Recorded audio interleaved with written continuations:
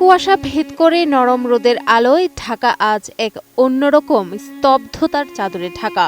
যে মানিক মিয়া এভিনিউ কিংবা জাতীয় সংসদ ভবনের আঙিনা এতদিন রাজনৈতিক উত্তাপ আর স্লোগানে মুখর থাকত, আজ সেখানে কেবল কান্নার অস্ফুট স্বর আর এক বুক খালি করা দীর্ঘশ্বাস। বুধবার ৩১ ডিসেম্বরের এই বিষণ্ণ দুপুর যেন থমকে গেছে সময়ের কাঁটায়। দেশবাসী আজ তাদের প্রিয় নেত্রী, তিনবারের সাবেক প্রধানমন্ত্রী বেগম খালেদা জিয়াকে চির বিদায় জানানোর এক কঠিন বাস্তবতার মুখোমুখি।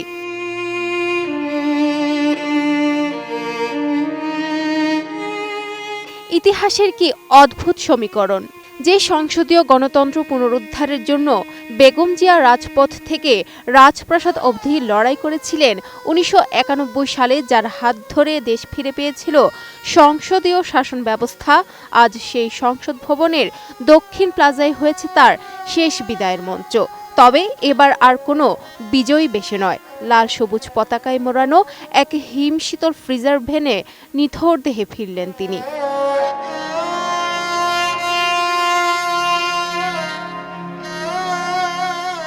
আমি বুঝি নির্মাণের শিল্প, সালাম স্টিল বোঝে ডিউরেবিলিটি। সালাম স্টিল, মোস্ট ডিউরেবল স্টিল।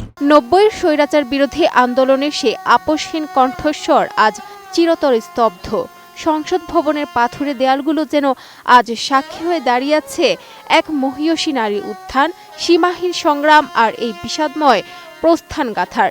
সকাল গড়াতেই মানিক মিয়া এভিনিউ রূপ নিয়েছে এক অতল জনসমুদ্রে। রাজপথের প্রতিটি ধূলিকণা আজ মানুষের পদভারে কম্পিত। কেউ মেট্রো রেলে, কেউ দূরপাল্লার বাসে, আবার কেউ হয়তো শেষ সম্বলটুকু খরচ করে দেশের প্রান্তিক জনপদ থেকে ছুটে এসেছেন প্রিয় নেত্রীকে শেষবারের মতো বিদায় দিতে।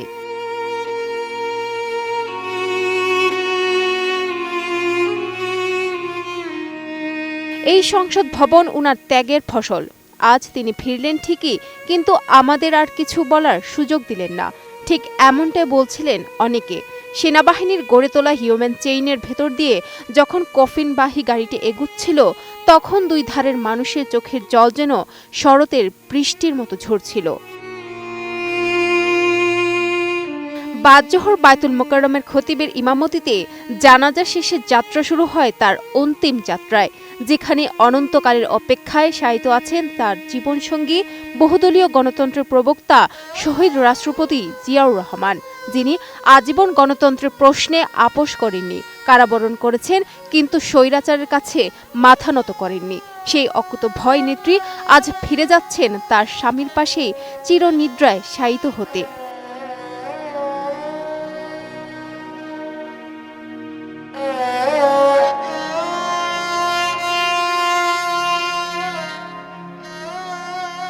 তিন দিনের রাষ্ট্রীয় শোক আর সাধারণ ছুটির আবহে পুরো বাংলাদেশ আজ এক শোকাতুর মানচিত্র। সংসদ ভবন এলাকা আজ কেবল ইট পাথরের স্থাপত্য নয়, বরং বাংলাদেশের ইতিহাসের এক বাকবদলের সাক্ষী।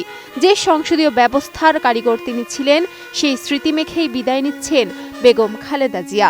বাংলাদেশের ইতিহাসে তিনি বেঁচে থাকবেন গণতন্ত্রের এক অনন্য ধ্রুবতারা হয়ে।